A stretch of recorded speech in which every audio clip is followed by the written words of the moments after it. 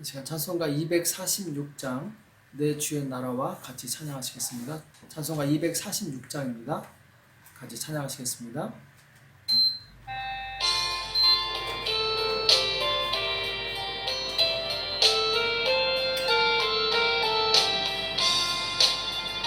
내 주의 나라와 주 계신 성전과 흘려 사신 교회를 늘 사랑합니다. 내 주의 교회는 전성과 같아서 눈동자같이 아끼사 늘 보호하시네.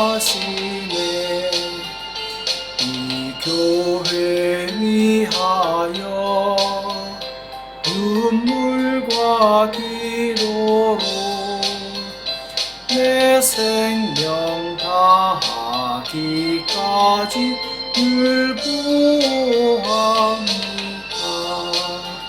성도의 교제와 교회의 생활과 구주와 맺은 언약을 늘 좋아합니다.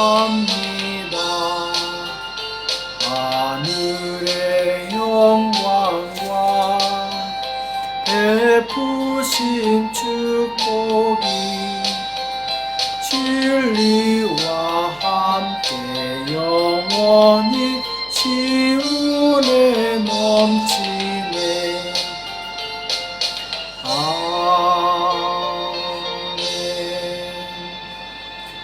이 시간 다 같이 기도하겠습니다. 살아계신 하나님 아버지, 이 새벽에 저희들을 불러주시고 하나님 앞에 나올 수 있도록 은혜 주심을 감사합니다.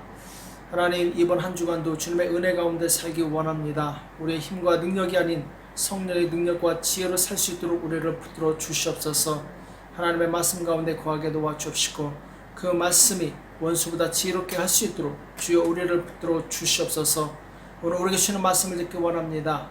우리에게 말씀하여 주시옵시고 깨닫는 은혜가 있도록 도와주시옵소서. 이 시간 주께서 함께해 주실 것을 믿고 감사하며 예수님의 이름으로 간절히 기도합나이다. 아멘. 이 시간 하나님의 말씀 역대상 11장 10절에서 11절 말씀 보겠습니다. 역대상 11장 10절에서 11절 말씀 같이 한 목소리로 합독하도록 하겠습니다. 역대상 11장 10절에서 11절 같이 읽겠습니다. 시작. 다윗에게 있는 용사의 두목은 이러하니라. 이 사람들이 온 이스라엘로 더불어 다윗의 힘을 도와 나라를 얻게 하고 세워 왕을 삼았으니 이는 여호와께서 이스라엘에 대하여 이르신 말씀대로 함이었더라. 다윗에게 있는 용사의 수요가 이러하니라. 학몬 사람의 아들 야소보암은 30인의 두목이라. 저가 창을 들어 한때 300인을 죽였고. 아멘. 다윗과 30명의 용사들, 다윗과 30명의 용사들이란 제목으로 같이 하나님의 말씀을 나누겠습니다. 이스라엘 역사에 가장 강하고 부유했던 시대는 언제입니까? 그때는 바로 다윗이 통치하던 시대였죠. 다윗 시대에 강한 국력을 자랑할 수 있었던 비결은 어디에 있었는가? 그것은 오늘 말씀처럼 다윗을 도와 나라를 세웠던 이 30명의 이 두목들, 장수들이 있었기 때문에 그렇습니다. 오늘 10절에 보면은 다윗에게 있는 용사의 두목은 이러하니라. 자, 용사의 두목들이 있는데 이 사람들이 온 이스라엘로 더불어 다윗의 힘을 도와 나라를 얻게 하고, 여기 보면은 30명이 다윗의 힘을 도와 나라를 얻게 했다. 그리고 세워서 왕을 삼았다. 이렇게 말씀하고 있습니다. 그러니까 30명이 다윗의 힘을 도와서 나라를 세웠기 때문에, 그리고 그들의 이 도움과 연합을 통해서 바로 다윗의 나라가 힘있게 그리고 강건하게 성장할 수 있었던 것이죠. 오늘 이 30명의 용사들은 각각 이 남다른 능력이 있었습니다. 그리고 다윗을 위해서 목숨을 아까워하지 않았던 충성된 사람들이었죠. 15절에 보면은 32목 중 3사람이 바위로 내려가서, 자, 32목 중 3사람이 바위로 내려가서 아둘람 굴 다윗에게 이를 때 블레셋 군대가 르바임 골짜기에 진쳤더라. 그때 다윗은 산성에 있고 블레셋 사람의 영체는 베들레헴에 있는지라. 다윗이 사모하여 가로되 베들레헴 성문 곁 우물물을 누가 나로 마시게 할꼬 하매 이 3사람이 블레셋 사람의 군대를 충돌하고 지나가서 베들레헴 성문 곁 우물물을 길어 가지고 다윗에게로 왔으나 다윗이 마시기를 기뻐 아니하고 그 물을 여호와께 부어드리고. 지금 베들레헴 성문 곁 우물물이 있었는데 다윗은 그 물을 마시고 싶었습니다. 그런데 그 우물은 적진에 속해 있었기 때문에 함부로 들어갈 수가 없었죠. 자, 그런데 이 3명의 용사가 그 가운데 적들을 치고 들어가서 목숨을 걸고 물을 떠옵니다. 다윗이 큰 감동을 받죠. 그러나 또 미안하기도 합니다. 왜냐하면 자기 때문에 이 3명의 용사가 생명이 위태로웠기 때문에. 그래서 그 물을 하나님께 부어드리게 됩니다. 그러니까 이처럼 이 용사들은 다윗을 위해서 목숨도 아끼지 않을 정도로 굉장히 충성된 사람들이었어요. 그리고 20절에 보면은 아비새라는 사람이 나오는데 이 사람은 창을 들어서 혼자서 300명을 죽입니다. 엄청난 능력을 가지고 있죠. 또 22절에 보면은 브나야라는 사람이 있는데 이 사람이 눈 올 때 함정에 들어가서 사자를 죽입니다. 또 23절에 보면은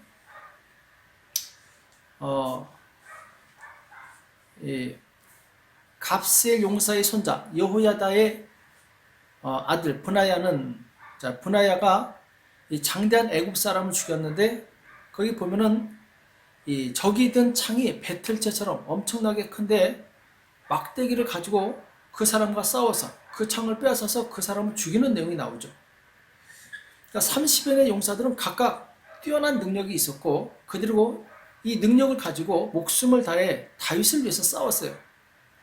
그러니까 나라가 정말 강해질 수밖에 없는 거죠. 하나님의 나라는 혼자 세우는 것이 아닙니다. 함께 세워나가는 것이죠. 예수님께서도 복음을 전하시기 전에 먼저 12명의 제자를 세우십니다. 그리고 그들과 함께 복음을 전하러 나가시죠. 그리고 더 많은 예수님을 지지하는 사람들이 예수님과 함께 하면서 예수님을 섬기고 돕습니다. 그래서 예수님 당시에 예수님께서 사역하실 때 많은 돕는 사람들에 의해서 예수님의 사역이 더 힘있게 일어날 수 있었던 것이죠. 예수님께서 성령을 보내주셔서 교회를 세우신 목적이 무엇입니까? 모든 성도들이 힘을 모아서 함께 하나님의 나라를 세워나가라는 것이죠. 어떤 사람은 교회 가지 않고 혼자서 신앙생활하는 것이 편하다고 해서 혼자서 예배드린 사람이 있어요. 그러나 그것은 하나님의 방법대로 신앙생활하는 것이 아닙니다. 하나님의 방법은 이 땅에 지도자를 세워서 모든 성도들이 힘을 모아 함께 하나님의 나라를 세워나가는 것이죠. 그래서 마태복음 16장 18절에 보면은 예수님께서 베드로에게 너는 이 베드로라 내가 이 반석 위에 내 교회를 세우리니 음부의 권세가 이기지 못하리라. 자, 베드로에게 약속하신 말씀이 있는데 너는 반석이다. 그리고 너처럼 주는 그리스도시요 살아계신 하나님의 아들이십니다. 라고 고백하는 그 믿음 위에 교회를 세우겠다고 말씀하셨고 이 교회는 어둠의 권세들이 이기지 못한다 이렇게 말씀하고 있죠. 내가 천국 열쇠를 내게 주리니 내가 땅에서 무엇인지 매면 하늘에서도 맬 것이요 내가 땅에서 무엇인지 풀면 하늘에서도 풀리리라. 자, 지금 내가 천국 열쇠를 내게 주리니 지금 베드로에게 천국 열쇠를 주신다고 말씀하셨는데 자, 베드로와 그리고 교회에 천국 열쇠를 주시겠다는 거죠. 천국 열쇠는 천국에 들어갈 수 있는 유일한 키를 가지고 있는 것이 바로 영적 지도자요 그리고 교회라는 것을 의미하고 있습니다. 또 사도행전 20장 28절에 보면은 너희는 자기를 위하여 또는 온 양떼를 위하여 삼가라. 성령이 저들 가운데 너희로 감독자를 삼고 하나님이 자기 피로 사신 교회를 치게 하셨느니라. 자, 정상적인 교회는 성령께서 그 교회의 감독자, 곧 목회자를 세우시고 그를 통해서 하나님의 나라를 세워나가는 것. 이것이 바로 정상적인 교회입니다. 그리고 그 교회를 통해서 하나님의 영광이 나타나는 것이 하나님의 방법이죠. 그래서 교회가 사단의 권세를 이기고 든든히 서기 위해서는 성도들이 각각 하나 되기를 힘써야 됩니다. 그래서 에베소서 4장 3절과 4절에 보면은 평안에 매는 줄로 성령의 하나 되게 하신 것을 힘써 지키라. 성령의 하나 되게 하신 것을, 우리를 하나로 묶으시는 분이 바로 성령님이십니다. 성령님께서 우리를 하나로 묶으시는 것처럼 우리 또한 성령님의 뜻에 맞게끔 우리의 모든 힘을 모아서 하나가 되기를 힘써야 된다는 것이죠. 몸이 하나이요 성령이 하나이니 이와 같이 너희가 부르심의 한 소망 안에서 부르심을 입었느니라. 교회 성도들은 한 소망을 가진 한 공동체입니다. 성령께서 한 분이신 것처럼 또 우리도 하나라는 것이죠. 사단의 나라를 무너뜨리는 교회의 힘은 바로 이 하나됨에 있습니다. 하나님께서 교회에 세우신 종을 중심으로 모든 성도들이 하나가 되어서 함께 기도하며 함께 복음을 위해서 섬길 때 교회는 사단의 권세를 이기고 이 땅에서 힘있게 부흥할 수 있는 것이죠. 초대교회 때 능력이 많이 나타났습니다. 그리고 큰 부흥이 있었죠. 이 원동력은 교회의 하나됨에 있었어요. 사도행전 2장 42절 이하에 보면은 저희가 사도의 가르침을 받아 서로 교제하며 떡을 떼며 기도하기를 전혀 힘쓰니라. 초대교회 때는 사도의 가르침을 받아, 사도가 말씀을 가르쳤고 성도들은 그 말씀을 받았습니다. 그 말씀을 먹었어요. 그리고 그 말씀들에 순종해서 서로 교제하고 떡을 떼고 기도하기를 전혀 힘썼다라는 것이죠. 그때 사도들로 인하여 기사와 표적이 많이 나타나니 믿는 사람이 다 함께해서 모든 물건을 서로 통용하고 또 자신의 소유를 팔아 각 사람의 필요를 따라 나눠주고, 지금 이들이 하나가 되니까 어떤 현상이 나타나느냐? 말씀을 받고 또 능력이 나타나고 그리고 자신의 재산을 팔아서 서로의 필요를 따라서 각각 나눠줬다라는 것이죠. 초대교회 때는 부자도 없었고 가난한 자도 없었고 모든 것에 풍족한 가운데 성도들이 복음에 힘썼다라는 것이죠. 날마다 마음을 같이하여, 교회는 한 마음이 돼야 됩니다. 마음이 달라서는 안 돼요. 다른 마음을 품어서는 안 됩니다. 교회는 한 가지 마음을 가질 때 그 교회가 하나가 될 수 있는 거예요. 성전에 모이기를 힘쓰고 집에서 떡을 떼며 기쁨과 순전한 마음으로 음식을 먹고 또 하나님을 찬미하며 또 온 백성에게 칭송을 받으니 주께서 구원받는 사람들을 날마다 더하게 하시니라. 자, 교회는 하나가 될 때 모든 사람들에게 본이 되는 거죠. 칭송을 받는 거죠. 그때 하나님께서는 사람을 더하게 하시는 부흥의 역사를 선물로 주시게 됩니다. 여기 보면은 하나님의 나라를 위해서 성도들이 헌신하는 내용이 나와요. 시간을 드리고 물질을 드리고 자기 몸을 드립니다. 개인의 욕심을 채우기 위해서 한 것이 아니라 주님의 몸된 교회를 위해서 자신을 헌신합니다. 자, 이 와중에도 아나니아와 삽비라, 가룟 유다 같은 사람들은 바로 자신의 욕심을 채우려다가 죽임을 당하게 되죠. 우리는 주님의 몸된 교회를 위해서 우리의 마음과 또 뜻을 다해서 섬겨야 될 줄을 믿습니다. 헌신해야 될 줄을 믿습니다. 오늘 본문에 다윗에게 힘을 실어주었던 이 30명의 용사들은 자기 목숨까지 바쳐서 이 다윗을 위해서 싸우게 되죠. 그렇다고 해서 이 30명의 용사들이 희생만 당하고 아무런 유익을 얻지 못했느냐? 그렇지 않습니다. 다윗의 나라가 강하면 강해질수록 그들 역시 그 강한 나라 안에서 축복과 평안과 풍성함을 같이 누리는 거죠. 나라가 발전하고 부하게 되면 그 혜택을 모든 백성이 다 누리게 됩니다. 반대로 나라가 가난하고 힘이 없으면 모든 백성들이 함께 고생하는 거죠. 교회가 부흥하고 영적으로 힘이 있으면 모든 성도들에게 그 혜택이 돌아가게 돼 있습니다. 하나님이 주시는 건강함과 부유함, 이것을 함께 누리게 되는 거죠. 그러므로 우리는 교회를 위해서 기도해야 될 줄을 믿습니다. 주님께서 교회를 기뻐하실 때 모든 성도들에게 주님이 주시는 그 은혜와 능력이 동일하게 돌아간다는 것이죠. 예수님께서 교회와 베드로에게 천국 열쇠를 주신 것처럼 교회 지도자와 또 교회와 교회 지도자를 통해서 하나님께서는 성도들에게 복을 내려주십니다. 우리가 예배를 마치고 목사님이 축도를 하게 되는데 이 축도가 바로 교회에게 주시는 하나님의 축복이에요. 여러분들이 예배 그 축도가 끝날 때까지는 움직이면 안 됩니다. 예배 잘 들어놓고 마지막 축복을 받지 못한다면 얼마나 안타까운 일이겠어요. 이 축도가 끝날 때 그때 이제 예배가 끝나는 것이죠. 이스라엘의 멸망은 교회의 멸망과 같은 맥락을 가지고 있습니다. 이스라엘이 멸망하기 전에 이스라엘 백성들은 그들을 인도했던 영적인 지도자를 무시합니다. 심지어는 영적인 지도자들을 죽이고 핍박해요. 반대로 각각 자기들이 섬기는 우상들이 있었어요. 한마디로 이스라엘 백성 하나가 되지 못했고 아주 뿔뿔이 마음이 흩어져 있었죠.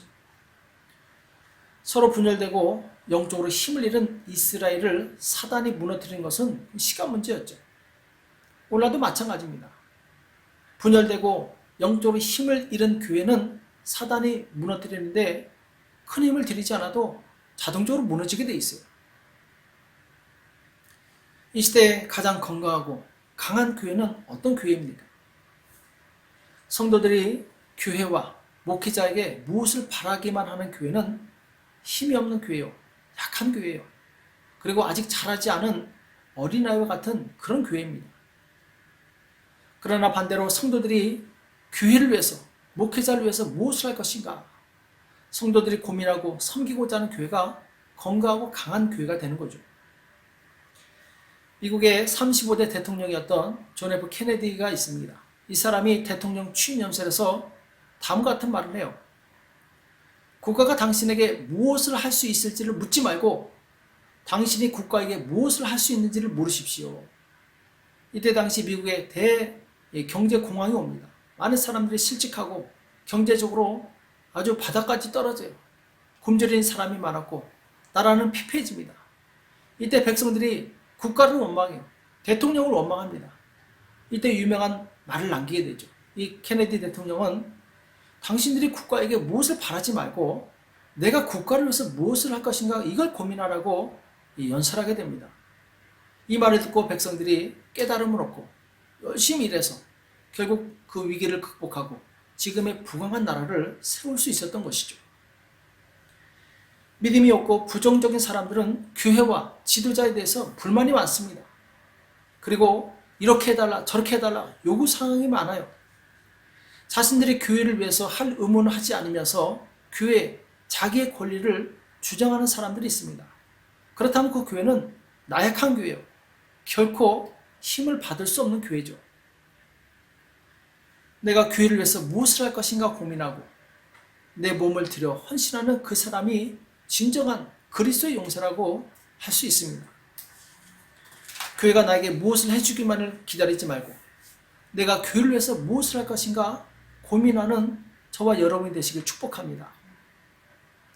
역사상 가장 위대했던 다윗의 나라가 하나님을 사랑한 다윗 왕과 그 다윗을 위해 충성을 다한 30명의 용사들에 의해서 세워진 것을 잘 기억하시기 바랍니다. 그리고 내가 교회를 위해서 나는 할 수 있는 것이 없는데요. 자, 그러나 우리는 기도는 할 수 있습니다. 말은 할 수 있죠. 그래서 내가 교회를 할 수 있는 가장 기본적인 것은 교회와 목회자를 위해서 기도하는 것입니다. 제가 얼마 전에 어느 분 신방 갔는데 그분이 날마다 저를 위해서 기도하고 있다고 하는 그 말을 듣고 제가 굉장히 감동을 받았고 힘을 얻었습니다. 목회자 힘은 거기 있는 거예요. 지지해주고 격려해주고 그리고 기도해주는 것. 이것은 돈이 들지 않아요. 큰 힘이 들지 않습니다. 이것이 가장 기본이라는 것이죠. 하나님이 세우신 지도자와 힘을 모아서 하나님의 나라를 세워나가는 복된 저와 여러분 되시길 예수님의 이름으로 축복합니다. 기도하겠습니다. 살아계신 하나님 아버지, 오늘 우리에게 말씀해 주심에 감사합니다. 다윗과 30명의 용사가 하나가 되어서 강한 이스라엘 국가를 만들었던 것을 우리가 기억하게 도와 주시옵시고, 오늘날 우리 사랑의 교회가 주님 모든 성도들이 하나가 되어서 함께 하나님의 나라를 세워나갈 수 있도록 도와 주시옵소서. 교회의 무엇을 바라기보다 내가 교회를 위해서 무엇을 할 것인가 고민하는 성숙한 교회가 되게 도와 주시옵시고, 이 시대 많은 영혼들을 구원하는 구원의 방주 역할을 감당하는 복된 교회가 될 수 있도록 역사하여 주시옵소서. 감사하며 예수님의 이름으로 간절히 기도합나이다. 아멘. 오늘 말씀 기억하시면서 하나님, 나를 통해서 하나님의 나라가 세워질 수 있도록 하나님 나를 붙들어 달라고, 능력의 도구로 써달라고, 그리고 이 가정을 위해서, 나라와 민족을 위해서, 교회를 위해서 합심해서 이 시간 기도하겠습니다. 기도하겠습니다.